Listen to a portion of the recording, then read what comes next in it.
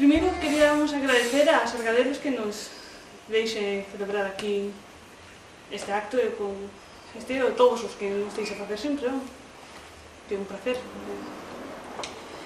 Bueno, Son Bernardo, supoño que todos xa o conocedes, o escuchaste para ver, naceu en Marín e anos despois, mentre estaba a estudar magisterio en Pontevedra, aprobou unhas oposicións e comezou a traballar na Caixa de Aforros en Monte de Piedade de Vigo, que hoxe é Caixa Nova.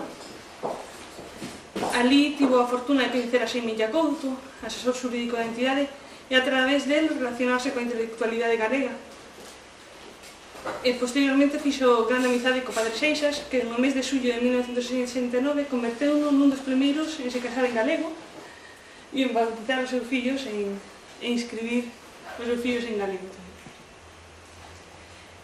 Entre 1990 e 95, sen deixar de traballar, fixo a licenciatura en Xeografía e Historia na Universidade de Vigo.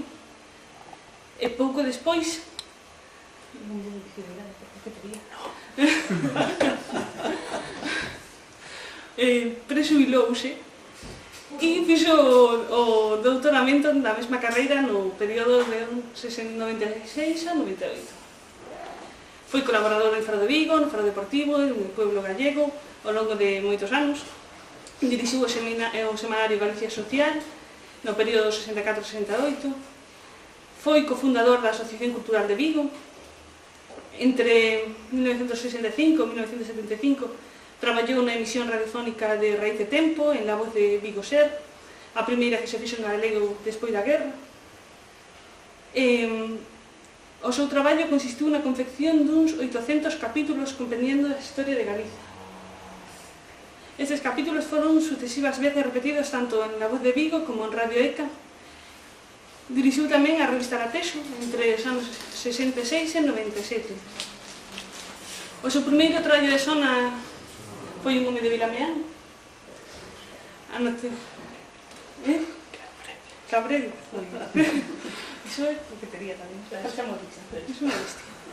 Porque na máis de unha trintena de libros publicados, ese foi o primeiro de sona, pero hai que salientar a arte ao servicio do poder, a cuestión da celtidade de Galiza, de péndulos e templarios, Big Bang, o ano do cometa, o día despois do sexto día, o rei Artur, mito de realidade, Xerusalén, Xerusalén, que é un relato da súa estadía en Israel desde a súa primeira viaxe coincidindo durante a guerra dos 6 días, en 1967. Unha das 3 viaxes que fixo por Oriente Medio, o que fai coñecedor da zona e persoa altamente capacitada para dar a charla de hoxe. Foi gañador de infinidade de premios ao longo da súa trayectoria, salientar o Patronato da Cultura Galega de Montevideo en 1975, a tesis do Modesto Figueiredo do 83, o Galicia de Investigación do 84, Casa de Galicia de León no 84, foi Premios Xerais en 86, o Xesús Taboada Chivite, de Investigación de 1992, Narrativa do Concello de Vilalba nos anos 93 e 99, Teatro da Universidade de Vigo no 98, Segundo Premio Historia Medieval de Galicia no 2002, Traducción da Universidade de Vigo 2003, e outros, como o do 130 aniversario de Faro de Vigo e diversos accesos de contos de Facho, da Coruña e do Centro Galego de Baracán. A Real Academia Galega nomeou un académico correspondente o 22 de febreiro de 2003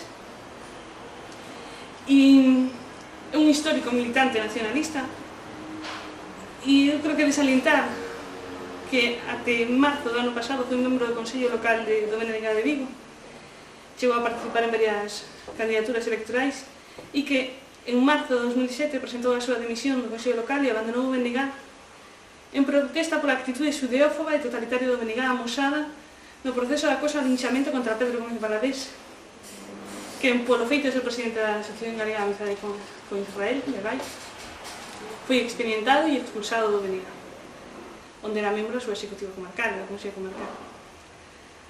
E nada máis. Deixamos con Juan. Perfecto, moitas gracias. Non ampliaches tanto, así me gusta. Hai que resumir as cousas. Bueno, agradezo esta rapaza todo o que acaba de decir de mí. Non se oi? Un pouquinho máis. Ai, iso é o máis difícil. Ponémonos de pé. Máis adiante. Exacto, bueno. Así, A ver se si podemos oír un pouco. Bueno, eu vou procurar ser máis aséptico, así como o máis breve posible, co xeito que nos quede algún tempo ao final para un coloque. Comezarei por decirvos que Israel é un pequeno país cuxa extensión non chega aos 21.000 km cuadrados, dos que 12.000 corresponden ao deserto do Negev. É dicir, que é bastante máis cativo que Galicia, que, como sabedes, non chega aos 30.000. Asimismo, convén que lembre que as terras do Oriente Medio conforman o lugar que máis mudou tanto étnica como políticamente ao longo da historia. Direivos tamén que nas pinceladas que vou dar para ofrecervos comprender o seu enguedellado panorama utilizarei como sinónimas as expresións israelís, xudeu e hebreo, así como as de árabe e palestino. Exposto isto, compre dicir algunhas cousas xa coñecidas. Así, por exemplo, alrededor do ano 1900 a.C., o patriarca Abraham, un inmigrante chegado coa súa familia, entre eles o famoso Lot, o da muller que se convertiu nunha estatua de sal, chegaron dentro das inmediacións de Ur, perto da actual Basora, no Irak, e plantou un tamarisco e abriu pozos en Beersheba, nos Negev, instalándose despois na cidade de Hebron, onde lle mercou terras ao hitita Efrén. En esas terras está hoxe aínda enterrado xunto coa súa muller Sara. Casi 200 anos despois, a causa dunha grande fame que se estaba a dar en Canaán, unha parte dos seus descendentes co vello Xacobe á cabeza pasou a Egipto, onde se atopaba o seu fillo Xosé. E do Egipto saiu a súa prole bastante despois, cara ao 1200 a.C., baixo a dirección de Moisés, sendo Josué quen, algo máis tarde, iniciou a conquista das terras que deixaran os seus antepasados. Naquel momento, nas mans de cananeos, amalequitas, hititas, jebuseos, amonitas e amorreos, pasando a se converter entón Israel un xeito de confederación das súas 12 tribos baixo a dirección de caudillos e suíces. Isto ainda se enguedellou máis porque no ano 1182 chegaron os famosos povos do mar, posiblemente celtas ou gregos, os Pelesec e filisteos, que se instalaran na actual Franxa de Gaza. Allí fundaron 5 cidades, chamábase a comarca 5 vilas. Cara ao 1050, Israel converteuse nun reino que se extindiu despois en dous, Israel e Xudá, en torno ao 922. Ambos pasaron por serias dificultades hasta mesmo desaparecer en varias ocasións baixo a poscoso das potencias dos arredores, Asiria, Babilonia, Persia, Egipto, Alexandria, Macedonia e os seus continuadores, etc. Renaceu, sin embargo, alrededor do 166 cos macabeos, Maccabi. Hoxe en día hai equipos de fútbol e de baloncesto que se chaman Maccabi, os Maccabi son os macabeos, co nome de Xudá, sendo estes continuados logo pola dinastía dos Herodes, tan coñecidos polos evangelios, e controlados por Roma. No ano 70 despois de Cristo, o futuro emperador Tito atacou Xerusalén e destruiu o templo. Os derradeiros loitadores xudeus resistiron 3 anos máis, especialmente na fortaleza de Masada, onde 900 deles acabaron por se suicidar no ano 73 antes de caer nas mans dos romanos. Entre os anos 132 e 135 despois de Cristo, Simón Bar Kokhba, é dicir, Simón, o fillo da estrela, dirixiu a maior rebelión do seu povo contra Roma. Calcúlase que nela perderon a vida máis de 1 millón de hebreos. Os demais foron botados da súa patria e Xerusalén foi aterrada, mudándoselle o nome polo de Aelia Capitolina. Isto, pois, que sale nos libros de historia, tamén o lembra unha paisana nosa, a monxa ou religiosa Exelia, que visitou o lugar no ano 380 e fixounos un relato magnífico, estupendo, de todo o que atopou ali. Este feito, refírome a dispersión ou diáspora dos xudeus polo mundo, comezou precisamente coa rebelión de Barkova, pero nunca deixou de haber xudeus na súa terra. A partir deste intre, a situación de Palestina ou Eretz Israel, terra de Israel, como eles a denominaron sempre, continuou durando, pasando a continuación por as mans dos romanos do Oriente ou bizantinos, no 614 polos persas, dándose a anécdota de que cando chegaron as súas tropas a Nazaré ou entrar no templo da Natividade, asombráronse ver ali nas paredes reproducidas as imaxes dos magos con atuendos e gorros persas, polo que este templo foi respetado. Ben, despois dos persas, volveron de novo os bizantinos. Morto Mahoma no ano 632, 3 anos despois, principiaría a fantástica expansión militar religiosa árabe. Despois de tomar Siria e o Irak, no 638 apoderáronse de Jerusalén, denominada el Quds. Ali acabarían por construir a fascinante mezquita de Hogar sobre a rocha do famoso sacrificio de Abraham e da subida ao ceo de Mahoma no cabalo ou no burro, el Burak. As pegadas deste cabalo e deste burro están ainda marcadas na rocha e podemos ver si é unha coincidencia ou é certo, pero non sabemos, pero aí están. Fixeron logo propio con Egipto e todo o norte de África ata ocupar a maior parte da península ibérica. Aquí a Galicia chegaron no ano 717 para adentrarse de inmediato por Francia, parte da cal controlaron case que durante un século. Datos estes últimos que moi pouco coñecidos, pero son reais. Cara ao ano 1055, os turcos, un pobo procedente da China, que se foi estudando cos habitantes dos países polos que iba pasando, apoderáronse do Oriente Medio e prohibironlle aos peregrinos cristianos visitar os santos lugares. Esta actitude tuvo como consecuencia o inicio das cruzadas. Así, no ano 1099, Jerusalén foi recuperada polas tropas cristianas chegadas de Europa no medio dunha increíble matanza de musulmáns e de xudeus, algo do que, como europeos, temos que sentir auténtica vergonza.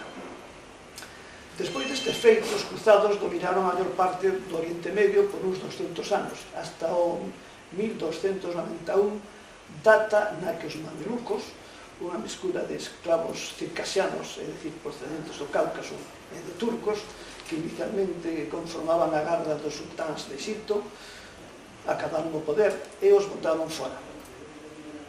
A seira dos mamelucos rematou no 1517, intre no que o Oriente Medio pasou a ser integrado no Imperio Turco, que entón se espallaba desde Arabia ata a Península Balcánica e parte de Austria. Foi o emperador Carlos V quen impediu que se apoderasen tamén de Viena en 1529, despois de 2 meses de asedio. Cos turcos, que foron donos do Oriente Medio ao longo de 400 anos, moito máis tempo do que España permaneceu na América, a rexión viviu un dilatado período de paz, no que conviviron tanto estes conquistadores como os árabes e os xudeus. Mais, sendo os turcos un pobo de guerreiros, nada fixeron por mellorar as condicións de vida do país, como veremos logo. No século XIX, tempo no que o territorio seguía sendo turco e no que se iniciaran ou acentuaron os movementos nacionalistas do mundo, a comunidade xudía mundial interesouse cada vez máis pola súa terra de orixe, da que lle chegaban informes absolutamente negativos a través dos viaxeiros que a visitaban e dos escritores. Estou a falar ahora de personas da categoría do americano Mark Twain, o autor de Huckleberry Finn, de Tom Sawyer, dos franceses René de Chateaubriand, do francés Ernest Renan, que estuve ali o verán do ano 1861 para documentarse para a súa obra sobre a vida de Xesús de Nazaré, e do francés Pierre Loti, que estivo nela algo máis tarde, en 1894. Este foi un gran escritor, viaxeiro, que a única chata que se observa é que era antibritánico hasta media, pero era un gran escritor, un gran escritor. Escoitade algunhas palabras dele. Eu percorrín a triste Galilea ao longo da primavera, e atopeinas en rochas nin árbores, muda baixo un inmenso manto de flores. As chuvias de abril caían aínda sobre ela, un deserto de ervas, un mundo de esvaídas gramíneas. Tiberias é tan só unha vila momificada coas murallas caídas, unha necrópole incomunicada co resto do mundo, onde os retornados paseaban con vistosas vestiduras e gorros de pel, vivindo en edificios ruinosos, mentes que as súas mulleres con sede e percal trataban de revivir un pasado que xa acabou para sempre. O auténtico padriño da colonización foi Sir Moses Montefiore, un rico británico que estivo no país en 7 ocasións, entre 1827 e 1874. Este home chegou a un acordo con o vicerrei Mehmed Ali para adquirir terras tanto en Xerusalén como en Tiberias, que as comprou antes da chegada a ela de Pierre Loti, Safed e Jaffa. O sultán prohibiu que se metesen as da marxe oriental do Xordán. Ao mesmo tempo, e contando con autorización turca, en 1858 construiu extramuros ao occidente de Xerusalén un novo barrio que se coñece, calquera persoa que visite Xerusalén recoñece este barrio porque hai un muiño de vento enorme que o domina. Non se move, as aspas non se moven porque deben ser demasiado pesadas, pero aí está. É o famoso muiño Montefiore. Desde ese lugar, a comunidade xudía principiou a facer fructificar terras plantando laranxeiras nas inmediacións de Jaffa. Por ese tempo, outro varón, Edmund James de Rothschild, adquiría tamén novas parcelas.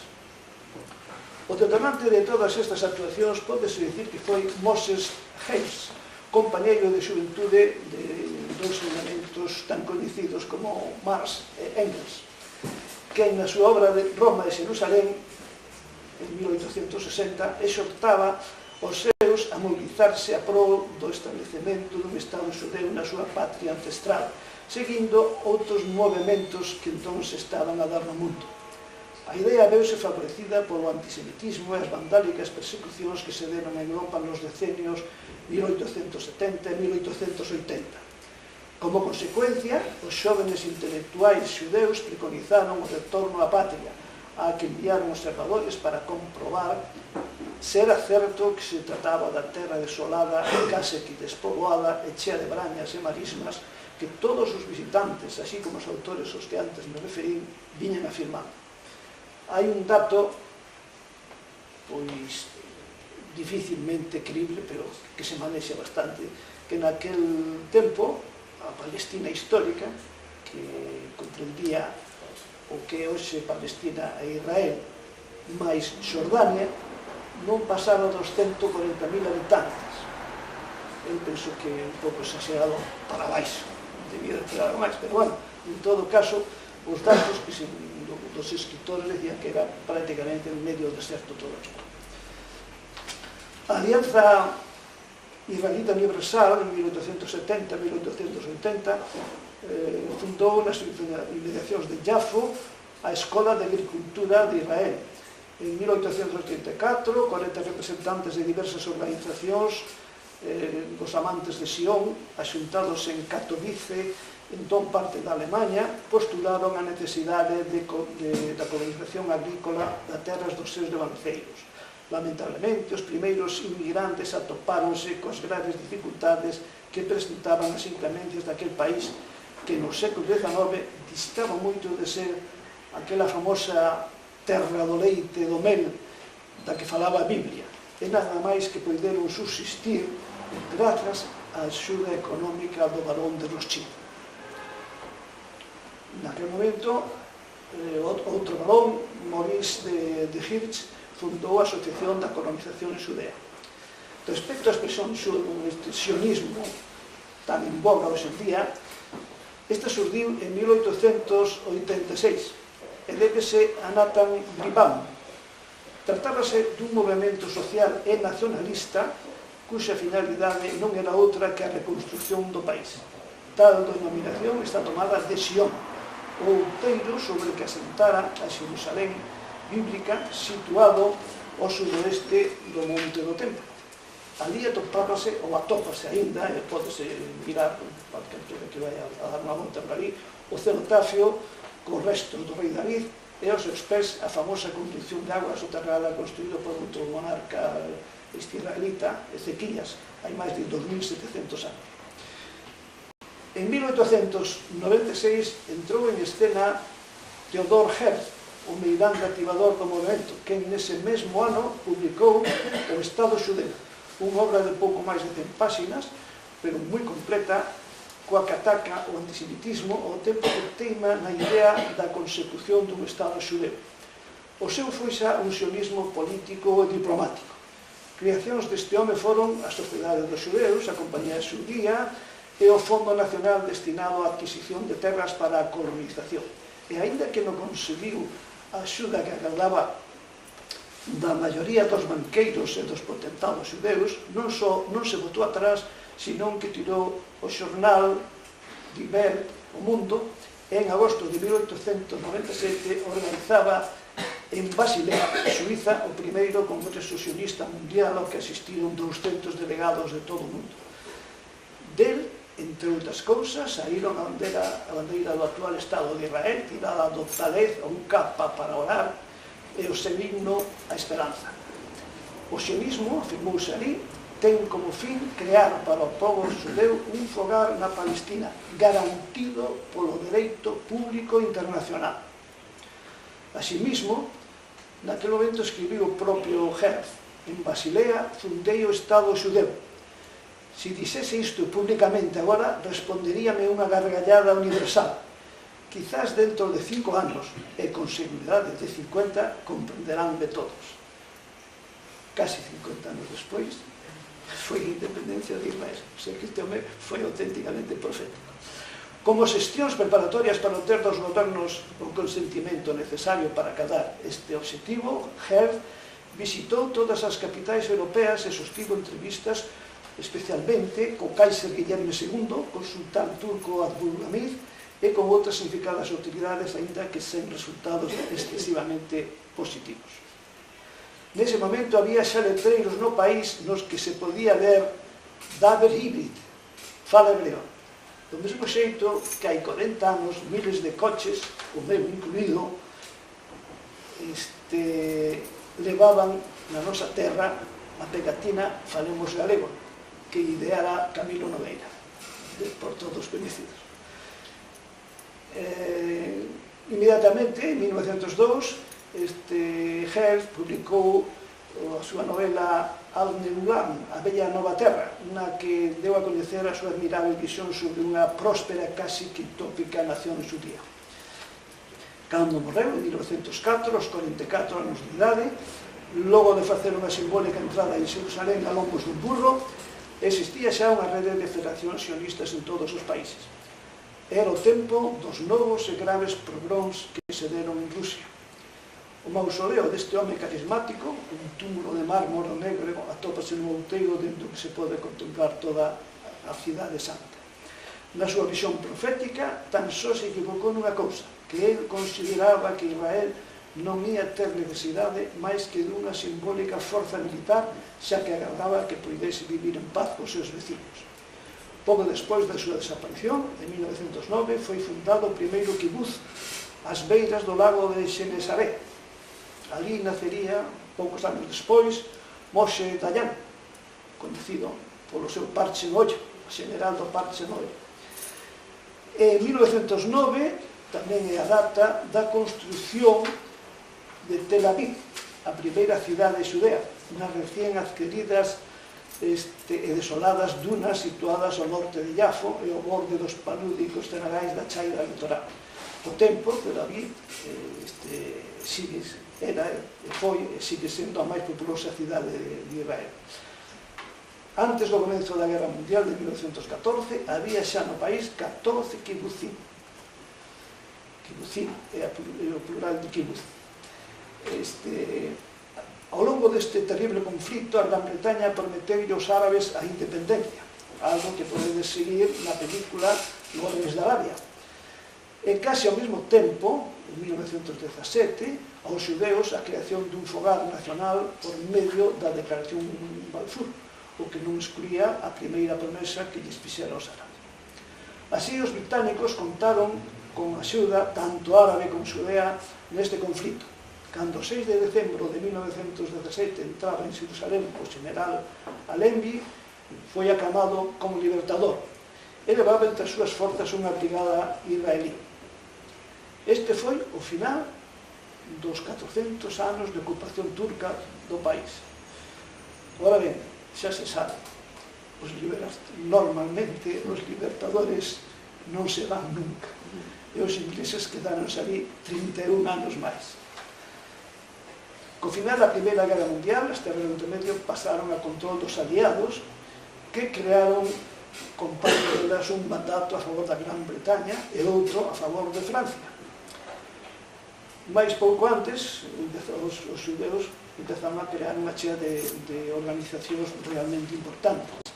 A Escola Politécnica de Haifa, Xornal Haaretz, o Parlamento, unha orquesta filarmónica, a central sindical, unha seguridade social, un envión de exército a Haganah, para seguir despois coa Universidade Hebrea do Monte Scopus en Jerusalén, en 1927 co Museo Rockefeller en Jerusalén.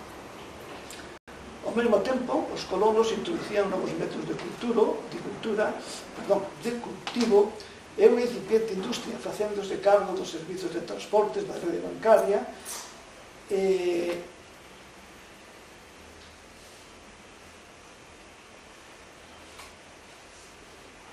para non alongar máis, quero determe aquí neste. No ano 1919, que é prácticamente do que estamos a falar, había un total entendemento entre o movimento sionista e o emir Faisal, líder do nacionalismo árabe e posteriormente rei do Irak, que permitiu un resurgimento literario e político en ambas partes.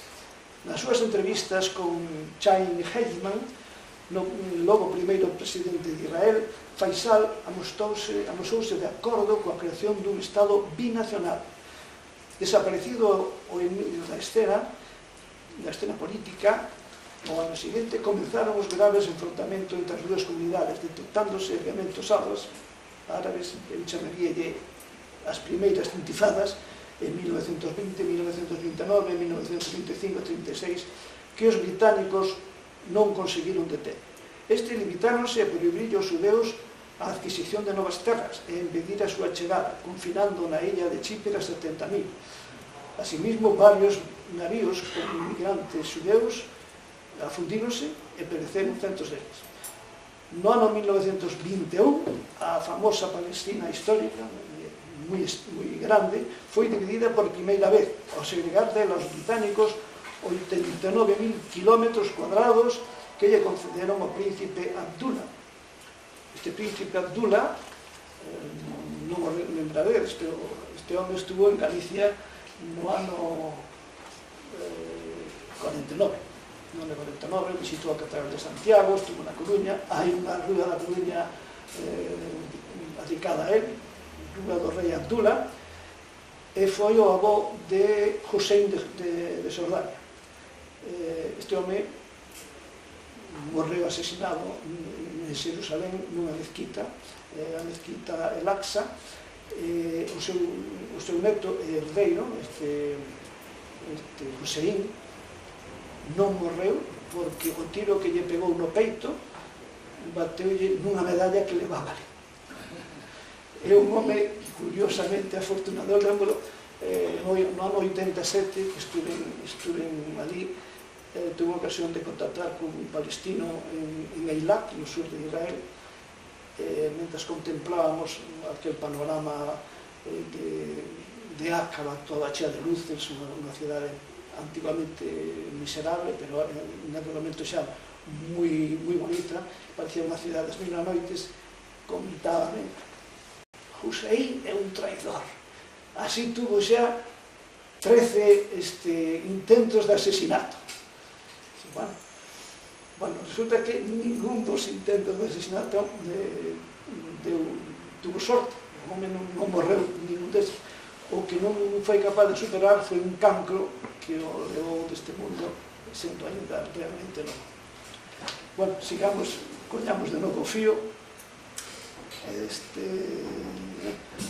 anos despois desta partición primeira da Palestina histórica, Gran Bretaña cedeulle ao mandato francés de Siria os famosos Altos do Golán, que é onde nace o río Xordán. Ali están as fontes do Xordán, nunha cova debaixo dun monte, unha cova inmensa, que chaman actualmente Banias, pero no tempo grego chamábase a cova do deus Pan. Os árabes teñen, así como os chinos non pronuncian o R, decimos, práctica, eles din plática, pois os árabes non pronuncian a P. Entón usan sempre a B ou a F. Así, Palestina, eles din Falastin. A cova do deus Pan, pois chamanlle Banias. Un sitio estupendo, fenomenalmente regado de aguas, e dai sae o río Xordán, un lago inmenso ali. Ali estuvo unha cidade que sale moito nos evangelios, Cesarea de Filipo, ali nas beiras deste famoso lago. Ben,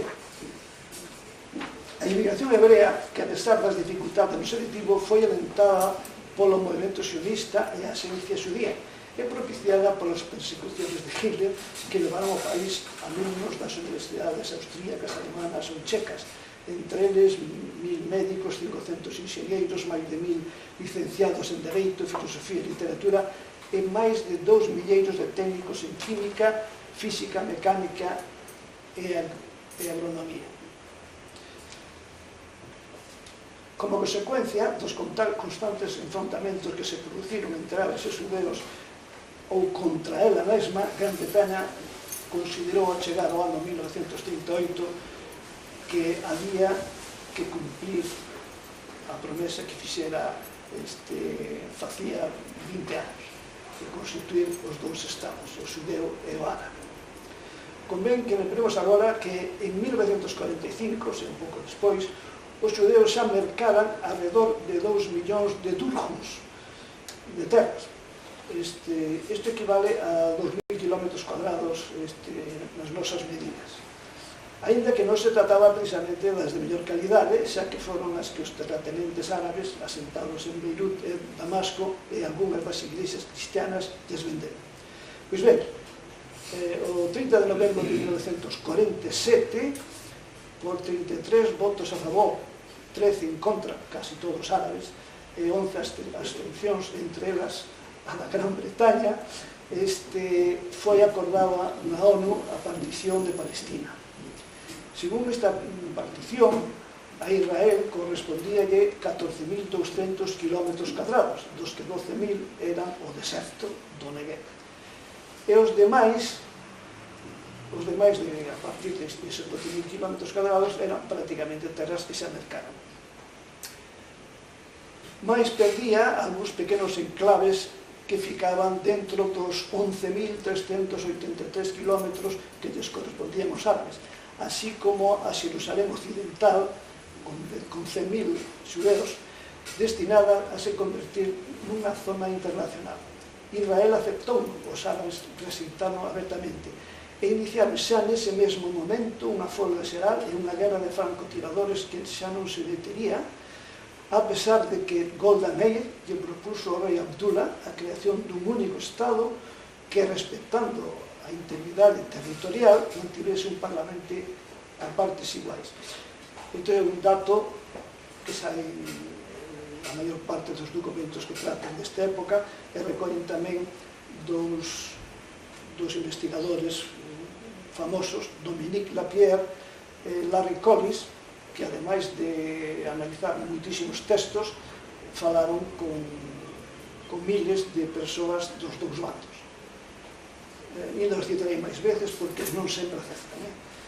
Bueno, o mufti de Xerusalén, amigo e protegido de Hitler, que vivira en Alemanha e non se cansaba de repetir que ia botar os xudeus ao mar, foi o principal determinante desta situación pouco axeitada. Como o mandato británico expiraba na noite do venres 14 de maio de 1948, data que se corresponde co 5 de Iyar do ano 5708 do calendario hebreo, en ese momento era a festa do Sabbat, que, como sabedes, o Sabbat comeza ao meterse o sol o venres. O líder israelita David Ben Gurión decidiu adiantar a proclamación de independencia ás 4 da tarde, é dicir, antes de que se metese o sol. A indicada hora, David Ben Gurión asuntou no Museo de Arte de Tel Aviv aos líderes do país, baixo a presidencia do retrato de Theodor Herzl, fixo a solemne proclamación en virtude do dereito natural e histórico dos povos xudeu e da resolución 181 da ONU, ofrecendo ao mesmo tempo a paz aos seus vecinos. Ben Gurión foi proclamado xefe do novo Estado e Chaim Weizmann o seu presidente. Os Estados Unidos e a Unión Soviética foron asimismo os primeiros países en recoñecer a Israel. Ao día seguinte, mentre o povo amosaba ainda públicamente a súa ledicia, as tropas británicas se retiraban e os exércitos regulares de Egipto, Siria, Líbano, Irá e Transjordania iniciaron a invasión dun Israel prácticamente indefenso. A superioridade militar e armamentística árabe nestes primeiros índices fixo que en algún momento Israel ficase case que borrado ao mapa. Débese a rápida adquisición de armamento en Europa o que a salvou. 6 meses despois, remataba este duro conflito no que os 5 países atacantes resultaron vencidos. O armisticio firmouse despois destes 6 meses na illa de Rodas, no ano 1949, a principios, e os árabes, a non ser Irak, comprometeronse nel a manter a paz, non preparar agresións contra as forzas armadas nin a población civil da outra parte, así como a non violar as novas liñas fronterizas que modificaban bastante as inicialmente aprobadas polos árabes. Volvo a falar de Dominique Lapierre e Larry Collins. Se mueves, Israel gañou 1.300 km cuadrados. A miña opinión personal, solo con ver o mapa, é que foi algo máis. E gañou tamén o barrio novo de Xerusalén, mentres que perdía, dato que tampouco me parece exacto, penso que foi menos o que perdeu, 330.000 km cuadrados que inicialmente eran seus. E perdeu tamén as posibilidades de acceder á cidade bella de Xerusalén, ao Monte Sión, ao Val de Yosafá, onde se atopa o antiquísimo cemiterio xudeo, ao Museo Rockefeller e á Universidade Hebrea do Monte Scopus, que están situados extramuros. Xerusalén, pois, non foi internacionalizada, como se preconizaba en 1947. Tampouco se concretou a outra e importantísima parte da decisión da ONU, posto que non se formou o Estado árabe palestino daquela aprobado. Do contrario, estaríamos agora a conmemorar tamén o 60 aniversario da independencia de Palestina. E non aconteceu isto porque, logo de firmada a paz, Egipto anexouse a Franxa de Gaza e Transjordania, a Xerusalén e a Cisjordania, pasando a denominarse entón Xordania. Miles de árabes que fuxiran, inducidos polos seus líderes nuns casos e polos xudeus noutros, deixando as súas aldeas, ficaron sin protección. Os que decidiron permanecer na Galilea Occidental pasaron a formar parte do Estado de Israel. Esta devolveu entón as terras que ocuparan no sur do Líbano, en Gaza e en parte do Sinai. Foi o comezo do que se deu en chamar Nakba, ao revés, ou catástrofe. Asimismo, os xudeus que vivían na cidade bella de Xerusalén e na Cisjordania tiveron tamén que abandonadas. O 11 de maio dese mesmo ano, cando ia cumplir un de existencia, Israel foi recoñecido de jure e de facto tanto pola Asamblea das Nacións Unidas como por 95 das 121 nacións que entón integraban a ONU. Foi reconocido por todos estes. Mais coa súa independencia houve un estralo de nacionalismo árabe que obrigou a sair dos seus países a alrededor de 800.000 xudeus que, levando nada máis que o posto, refuxiáronse no novo Israel. Ben, non sei que Israel, penso que xa me estendí bastante, ainda que podría seguir falando. 1948 foi o ano en que se proclamou a independencia de Israel. 2008, que é o ano en que estamos, cúmplese 60 anos. Polo calendario hebreo, esta celebración fíxose no día 9 de maio, pero no noso calendario, o calendario gregoriano, correspóndese co 14 de maio. E agora, se queredes, podedme preguntar algunha cousa, porque ese sei que vos la responderei. Teño máis datos, pero non sei, falar agora das moitas guerras que hubo despois, e dos desencontros e das xuntanzas que hubo para tratar de arranxar todo isto, pois non sei se é un pouco atrevido. Eu prefería que me preguntarades cousas.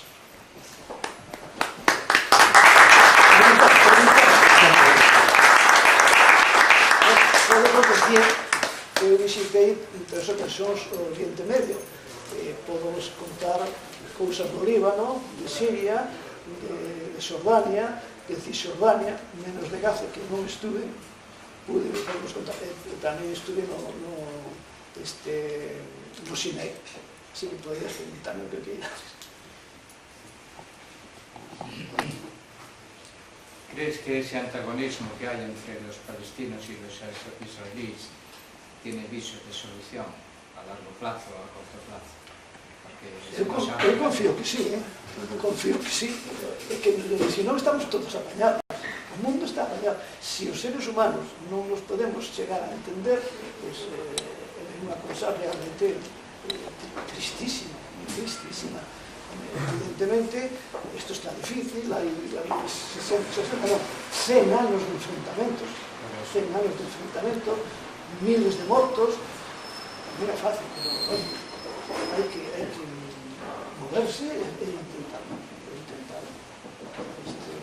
Eu penso que sí, hasta están xogando ao fútbol xuntos palestinos e xudeus. Es otra cosa.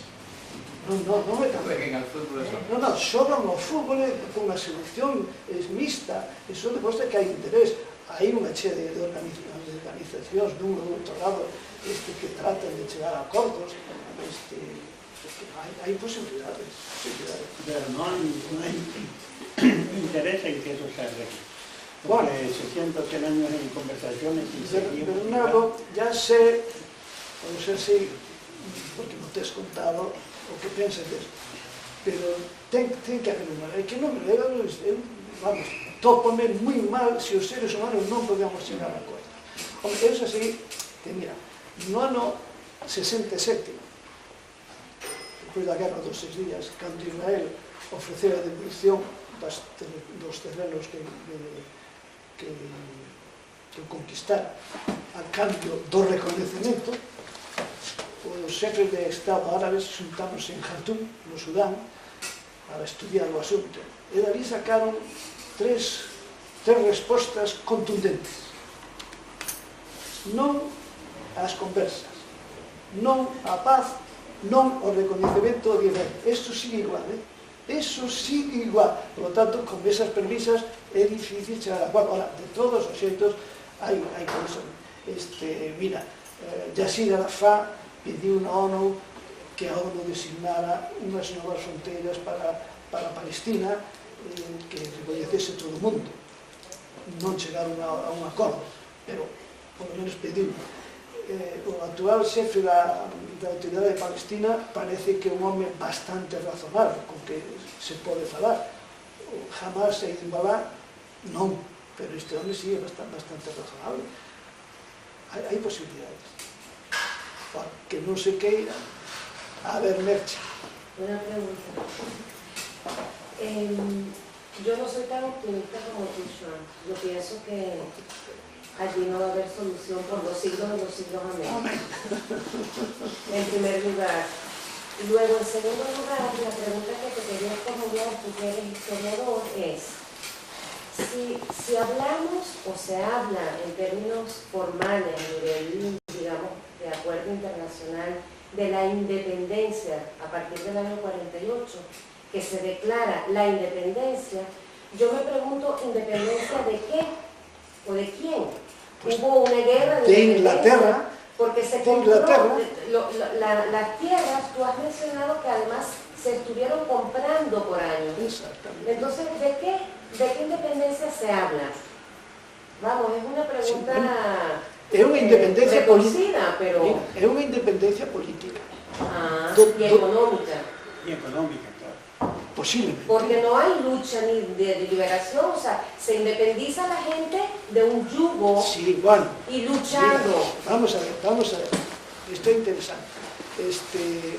Os xudeus naquel momento eran un pobo que estaba ali, pero non gozaba, ainda que tiñan unha chea de organizacións, non actuaban libremente, posto que dependían primeiro dos turcos e despois dos ingleses. En canto se marchaban os ingleses e a ONU decidira partillar Palestina para que unha parte fora árabe e outra xudea, nese momento enténdese unha independencia. Se queres darlle outro nome, tamén. Se os palestinos naquele momento, ou os árabes, tivesen aceptado ese partillamento, pois acontecería que tamén serían independentes. Logo, pasaron 60 anos e a causa dos intereses de Xordania e de Egipto non foron independentes. Quizá un dos pasos máis grandes que se deron foi no ano 75, máis ou menos, que o presidente de Egipto foi a Xerusalén, onde foi recibido en loor de multitudes, recibido no Parlamento, ofreceuse a chegar ao acordo de paz. Efectivamente, chegaron ao acordo de paz. Israel devolveulle por terceira vez o Sinaí, por terceira vez, e chegaron a unha paz. E siguen en paz. E hoxe en día hai como se chaman, voos de avións de Tel Aviv ao Cairo, compañías de autobuses para recorrer o Sinaí. E hasta barallan a posibilidade de venderlle a auga do Nilo a Israel, porque o Nilo desde logo leva unha barbaridade de agua que desaproveitan totalmente. Fixeron unha presa excepcional, a presa de Asuán, a nova, e unha presa de Asuán, e por incapacidade técnica non regan nada. Ese é lamentable, porque mira, Egipto en 1906 tiña 6 ou 7 millóns de habitantes, agora ten 70, e as terras cultivadas son máis ou menos as mesmas. O futuro realmente é negrísimo, negrísimo. Por moi simpáticos que nos callen os egipcios, porque é unha xente agradable, pois teñen un futuro bastante menos. Podían facer bastante máis. Pero este home, Anwar el-Sadat, antes de ser asesinado, pois chegou a un acordo. Este rei Abdalá de Xordania tamén levanse perfectamente. Non hai problemas de pasar a fronteira de Xordania e Israel. Sí, bueno, quería comentar, ya que hemos hablado del problema de la paz, la situación actual con respecto a Siria y Líbano, el cambio de jefatura de Estado en Líbano, para que una persona de alguna manera pragmática en cuanto a la solución del conflicto político interno de Líbano, que deriva en una situación cara a Israel también, y el tema de Siria, las negociaciones que se están llevando, y que a fin de cuentas es el tema básico de los altos del Golán, ¿no?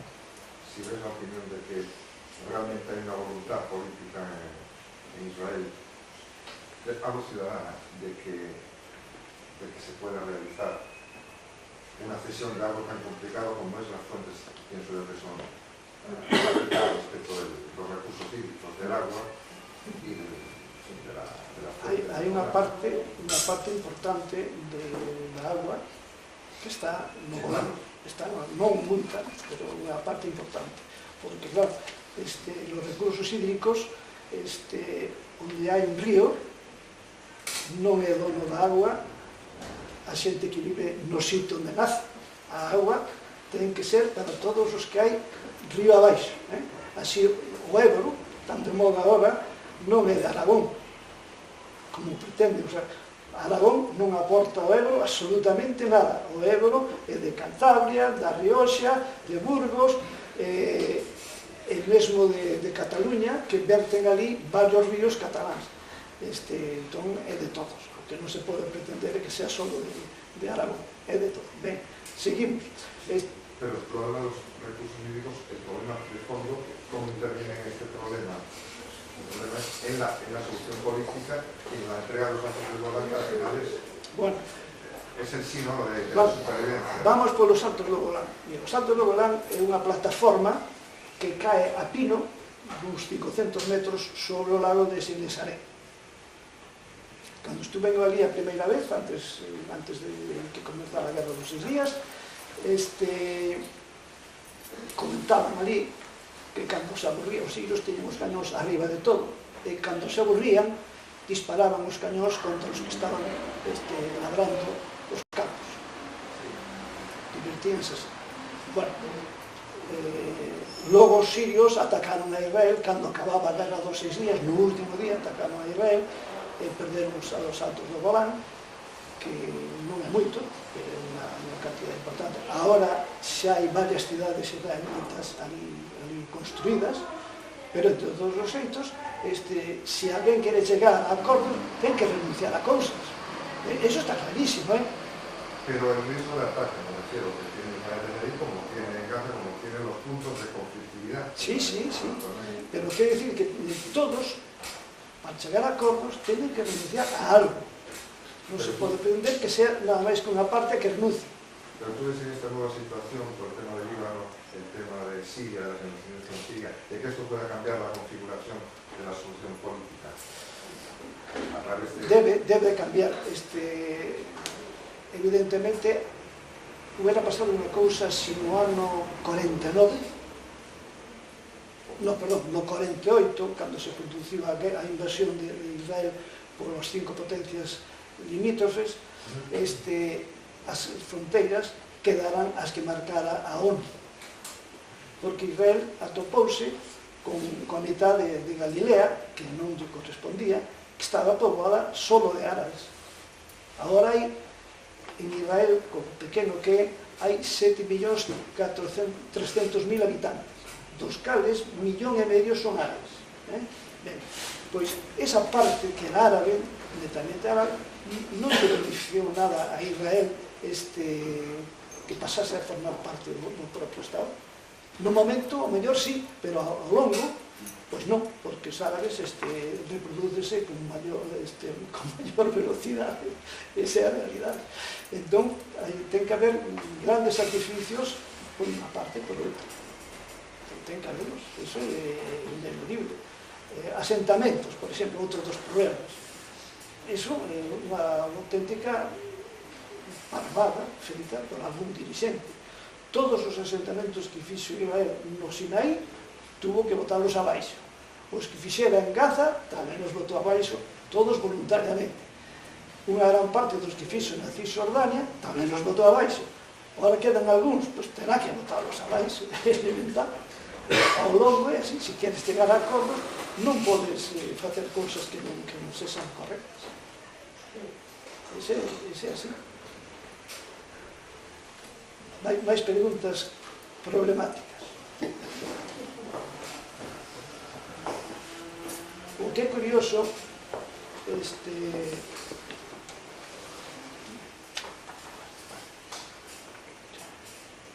a mí unha das cousas que máis me chamou na visita conquista a Israel foi o deserto do Negev. O deserto do Negev é un deserto. Ali non había nada. Neste momento vive, non sei, cerca de 1 millón de habitantes ou algo así, unha barbaridade.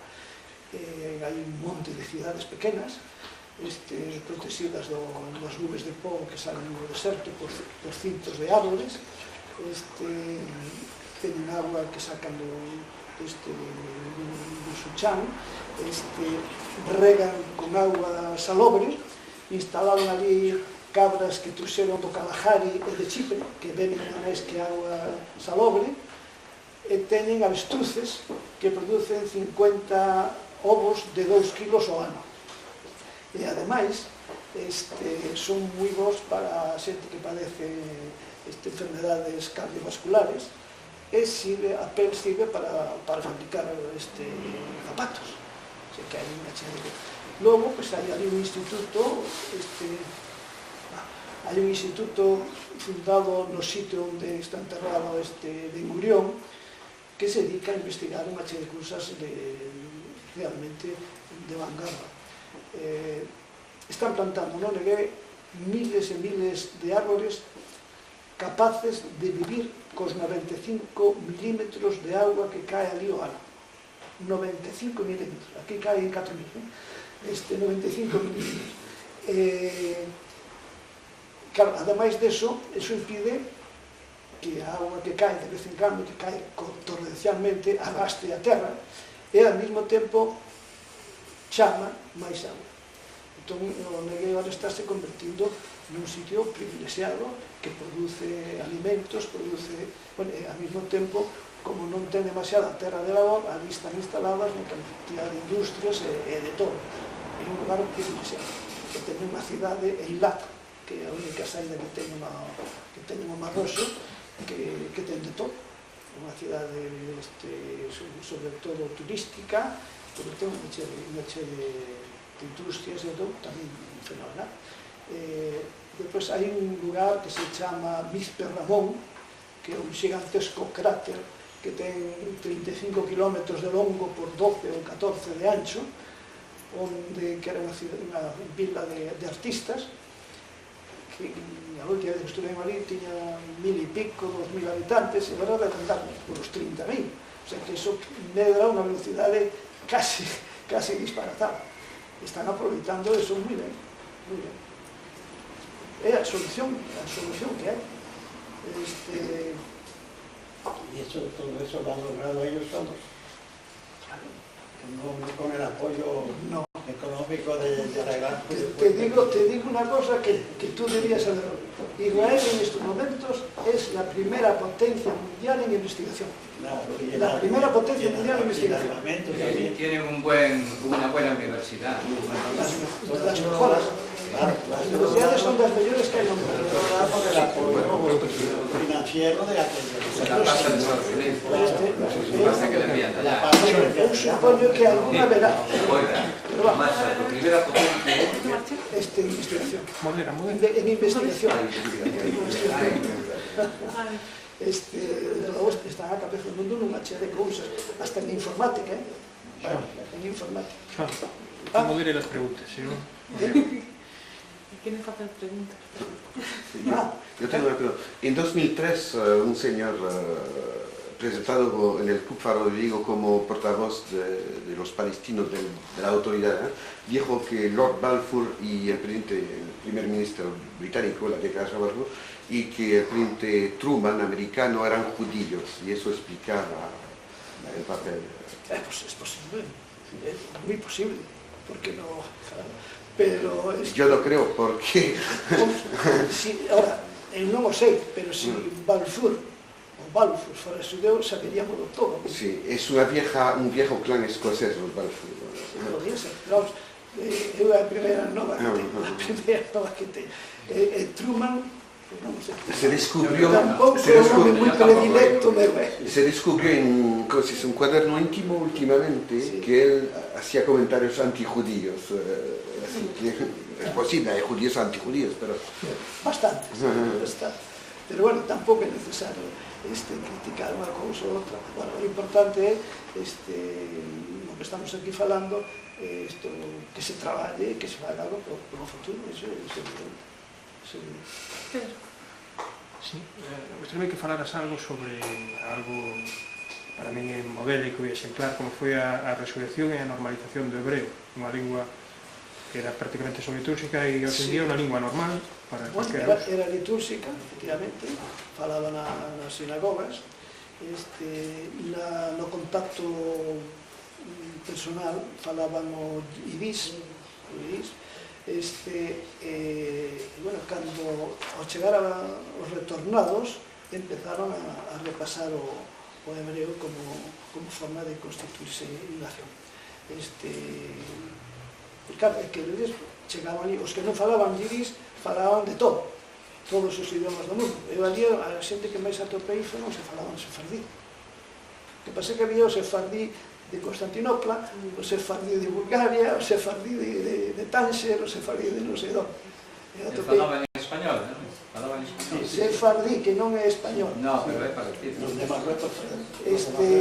Sefardí, a pesar do que diga, como se chama, Menéndez Pidal, un home que decía, a Cina estaba arriba, Menéndez Pidal, péguense que o sefardí é o castelán no século XV, non ten nada que ver. O sefardí é unha mistura de todos os idiomas que se falaban na Península Ibérica.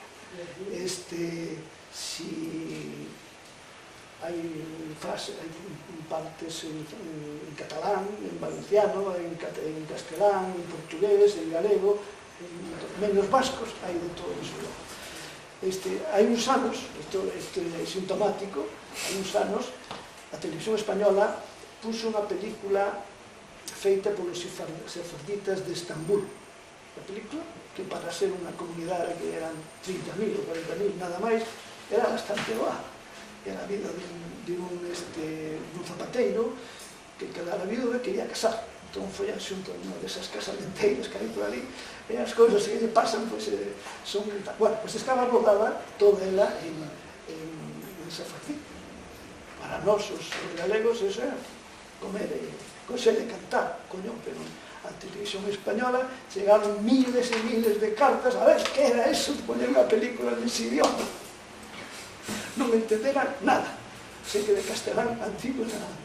Eso solamente se ocurriu a este home, que ademais de entre moitas pezuñadas pretendeu demostrar que Colón fora a Lisboa en 1400 e pico para aprender a falar o castelán. Cousa, idioma que non chegou a falar. Yo he vivido muchos años con judíos de habla sefardí y hablábamos perfectamente. Yo hablaba castellano y ellos me hablaban en su idioma. Eran de origen de Marruecos y de Turquía. Y los rusos ya lo entendían, pero ellos hablaban otro idioma. Ya no me acuerdo cómo se llamaba, pero hablábamos perfectamente. Yidis, los rusos hablaban yidis. Yidis, eso es. Los rusos hablaban yidis. Los rusos polacos. Sí, bueno, yo conocía rusos que hablaban yidis, pero los sefardíes, vamos, yo me entendía con ellos, pero, hombre, había palabras que... Pero curiosamente, no todo lo entendí. Yo, la primera vez que encontré a un sefardita era búlgaro, era una rapaza, que me dijo, yo soy sefaradita de la Bulgaria. ¿Me entenderán en España? Hombre, yo creo que sí. Los sefarditas que salieron de España, la mayoría se fueron para Marruecos. Sí.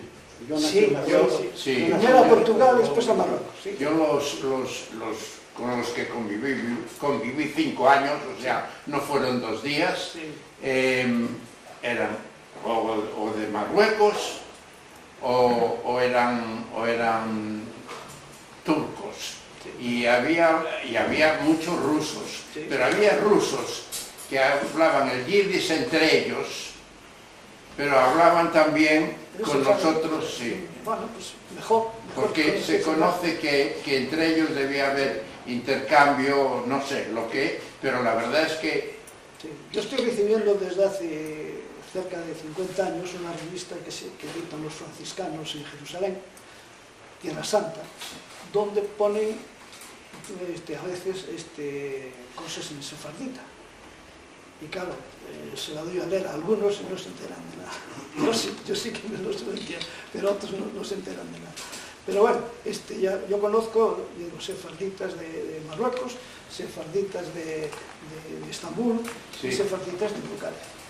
No, yo iba a decir, al hilo de esto, que yo vi creo que es esa película, una más, me parece que fue la última que se hizo, para combinación, y era en ladino, y claro, el sefardio ladino, realmente con subtítulos.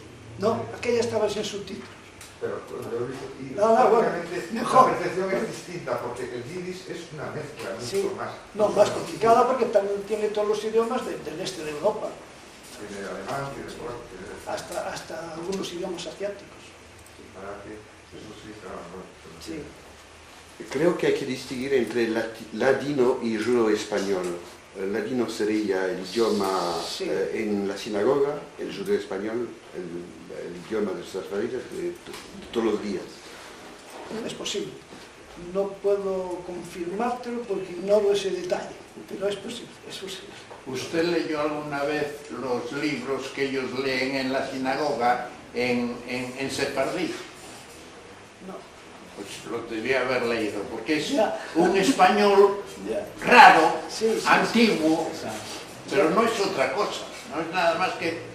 No es español, bueno, yo digo español porque... Es una mistura... Bueno, yo digo español porque yo lo entendía, ¿no? Exacto. Pero es y ese es el verdadero, no es el que hablan.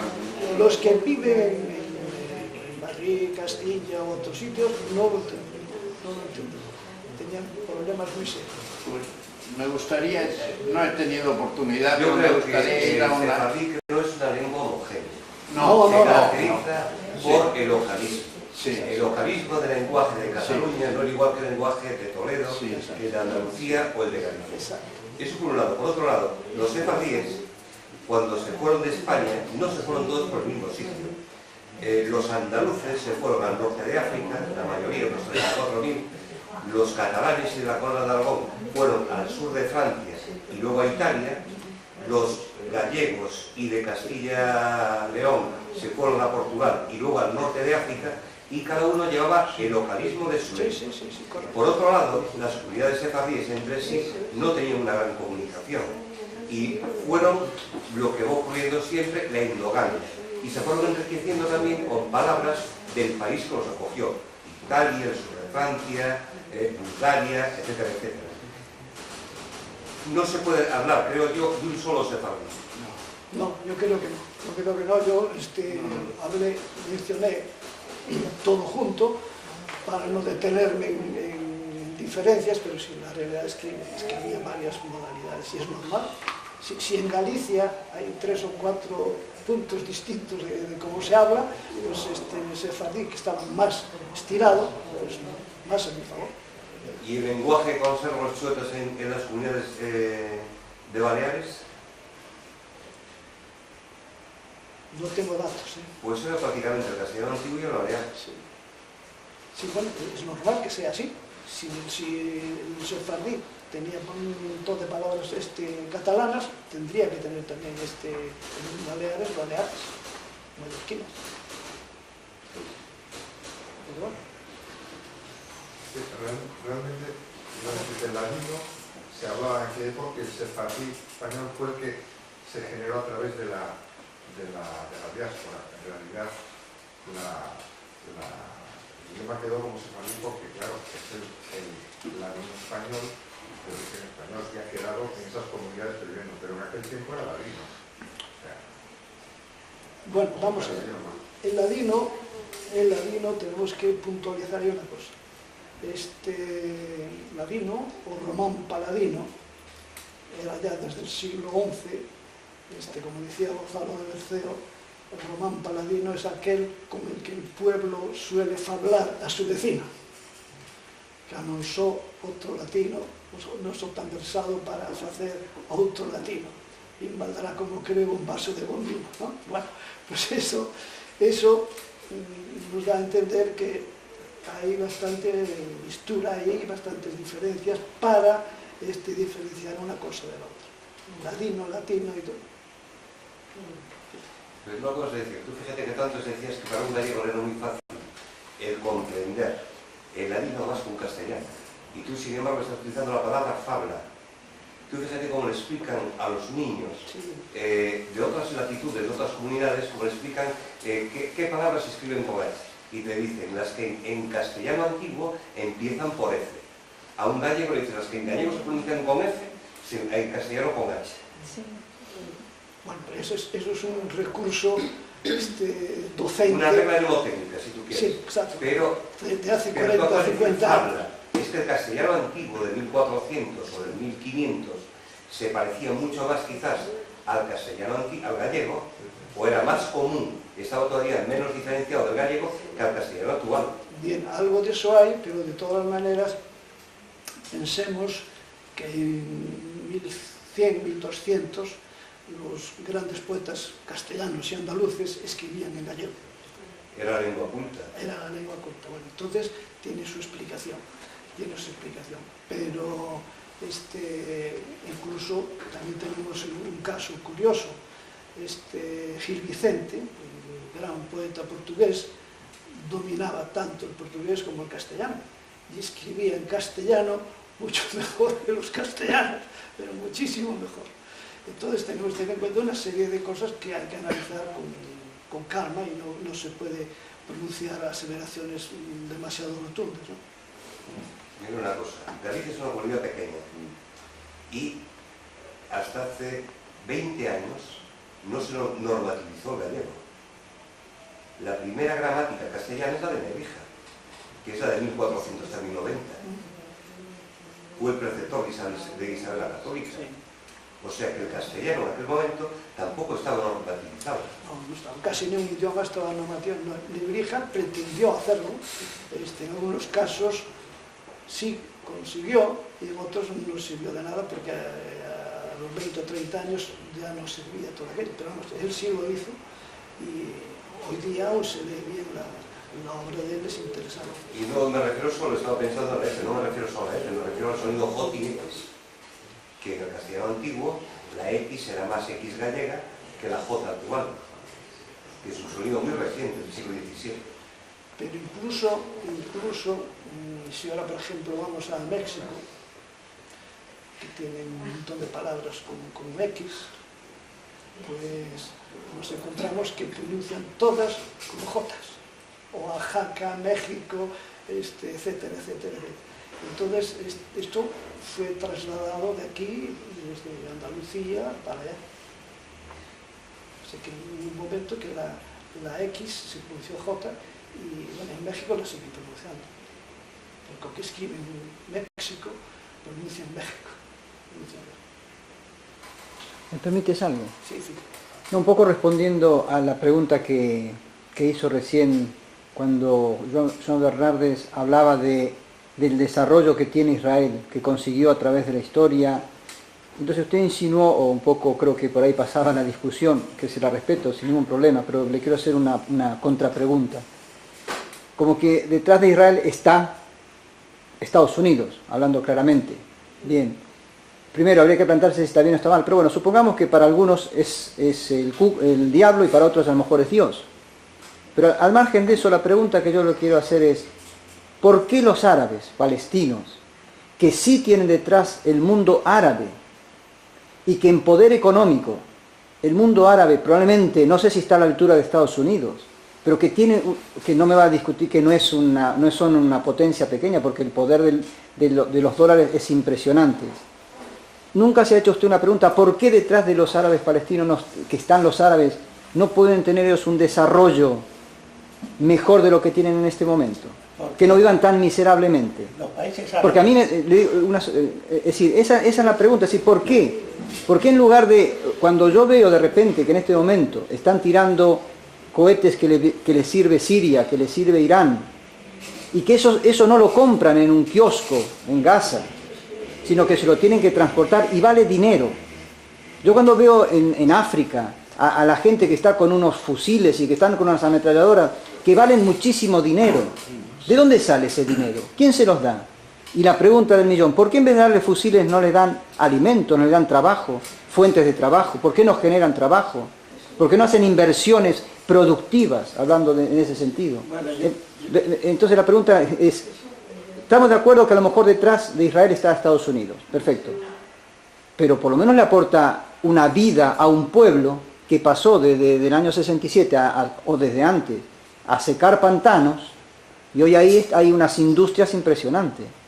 En cambio, los países árabes siguen, para una pequeña y ya acabo, cuando termina la Segunda Guerra Mundial, que acabo de ver un documental, existían refugiados judíos, que son los que estaban en los campos de concentración en Alemania, cuando entraron los aliados. ¿Qué hicieron? Esos fueron verdaderamente refugiados de guerra. Y esos refugiados judíos tardaron 3 años en desaparecer, porque los absorbió Israel. Hace 60 años, vamos a decir que existen refugiados palestinos, pero hace 60 años que están viviendo con la ayuda de un organismo especial de la ONU para mantenerlos, para darle una limosna. 60 años, y todavía no está resuelto el problema de los refugiados palestinos. Quieren resolver ese problema de los palestinos. ¿Por qué el mundo árabe no le ayuda a salir adelante en vez de estar regalándole armas? Bueno, gracias. Primero me refiero a las armas. No podemos comparar el armamento israelí con el armamento de los palestinos. Porque el armamento que tiene Israel es la última punta en el armamento. Tiene lo más sofisticado. Es más, los israelíes se pueden permitir el lujo de gastar un misil que vale una fortuna para matar a un líder palestino. Eso para ahí. Segundo, todos los países árabes que son los petrodólares que reciben, esos petrodólares, esos países árabes no tienen interés en resolver el problema palestino. No tienen ningún interés. Porque todo el producto que obtienen esos jeques árabes son porque tienen una alianza con los Estados Unidos, que son las que les compran el petróleo, y ellos viven opíparamente con sus petrodólares, y si el pueblo se muere de hambre, eso no les importa a ellos. Y cualquier persona o cualquier país que sea apoyado económicamente puede hacer de un desierto un vergel. Pero si no se le apoya económicamente, el vergel lo harán los que la apoyan económicamente, materialmente y con todas las posibilidades que tienen. Esa es la única diferencia. No es que unos sean flojos y los otros no. No, yo lo único que creo es que, y lo digo honestamente, de corazón, es que los árabes palestinos son carne de cañón y están estupidizados y se mueren, y algunos hasta revientan, desgraciadamente pueden reventar solos sin matar a los israelíes. ¿Y para qué? Esa es la vida que ellos quieren. Esa es, en respuesta, es decir, de última, ¿cuál es un poco lo que planteaba Joan Bernardes? La gente, la humanidad quiere vivir un poco mejor. En Palestina son los palestinos. Los más interesados son los palestinos, porque son los más perjudicados. No estoy de acuerdo. Pasa que hay unos intereses demasiado poderosos para que eso no se realice nunca más. Lamentablemente, esta solución hay que tenga interés en hacerlo y ejercer. Perdón si me metí así un poquito, pero me parecía... Casi das tía conferencia, así que casi das tía conferencia. No, era más que nada ese puntito nada más que... Bueno, creo que se ha hablado bastante. Yo creo que el problema no es el problema de los palestinos. Yo creo que el problema es el problema del mundo árabe en general, no de los palestinos en particular. Estoy de acuerdo. Los palestinos, el mundo árabe, si hoy cualquier persona ve cómo evolucionó el mundo árabe, partimos de una premisa previa. Yo creo que pensamiento y lenguaje son disociables. El lenguaje árabe actual se parece mucho al de hace 5 siglos y es muy rico en descripción de emociones y sensaciones. Pero no se enriqueció con técnica porque tampoco se investigaron la técnica actual. Fueron grandes matemáticos, pero en el pasado. Fueron grandes filósofos en el pasado. En los 3 últimos siglos no ha evolucionado nada en absoluto. No se han adaptado a los tiempos. Tienen un desequilibrio socioeconómico que deriva de su pensamiento, de su falta. Es un corsé, la religión, el Estado teocrático, la concepción de la vida, la concepción del mundo en general, sigue siendo el Islam, pero sin evolucionar, con pequeños matices, pero sigue siendo el mismo Islam. Y el Islam hoy es un corsé que no les deja explotar, no les deja estudiar, no les deja invertir en finanzas, siguen pensando en la limosna. Y hoy no es la limosna, es la inversión. A una persona no se le puede dar un pez, hay que dar una caña para enseñarlo a pescar.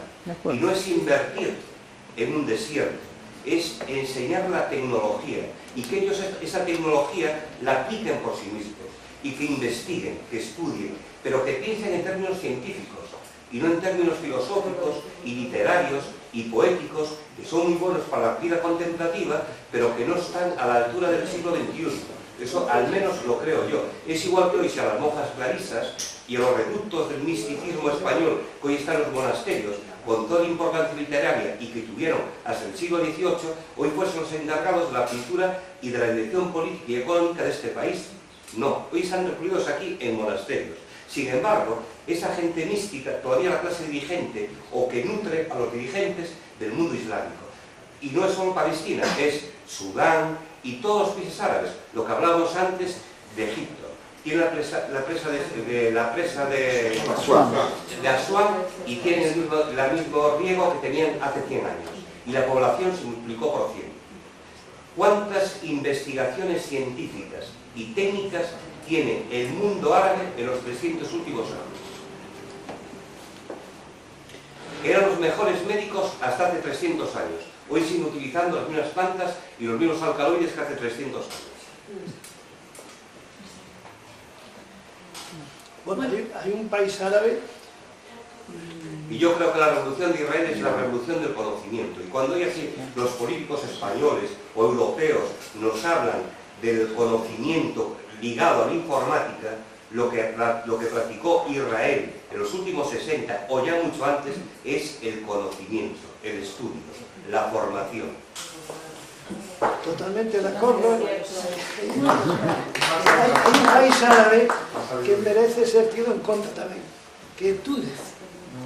Un país pequeno e pobre, pero onde as diferencias sociais están moi reducidas, onde se vive un régimen de libertad, un país que non é confesional, sino que é laico. Entón, ali hai judeus, cristianos e musulmáns convivindo perfectamente. Ese é un país exemplar, merece, paga a pena visitar. Sí, pero con todo permiso, como francés y Francia fue... bueno, claro. No, es que hay una regresión. Antes había más democracia y libertad en Túnez que hoy bajo el régimen de Ben Ali. Sí, bueno, pero de todas maneras... Es una regresión. Túnez sigue siendo un país máis adiantado que hai los árabes. Sigue siendo máis adiantado. Pero regresó. Posible. E logo hai unha cantidad de escolas inmensas, farmacias, cousa que nos países árabes non se vive. A non ser en Xordania, onde Hussein fixo escolas, mezquitas, farmacias, universidades, con pouco dinero, que tiña moi pouco. Foi un avance, claro, Hussein foi educado en Oxford, e iso notas. Sí. Eso notas. Yo solo quería obviar esto. El modelo de conocimiento está inspirado por la excelencia y eso a fin de cuentas es una orientación hacia la sabiduría. Y lo que se ha mantenido es una tradición de conocimiento excelente y por lo tanto eso ya es otro modelo ulterior, ¿no? La sabiduría como forma de entender la realidad, la vida. Bueno, de todos os xeitos, terás que admitir que a intervención deste home foi moi oportuna.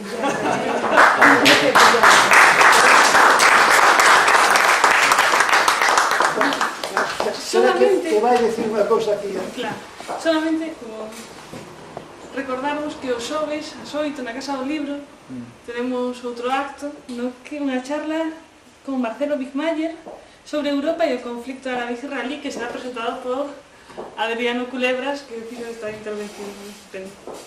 Bueno,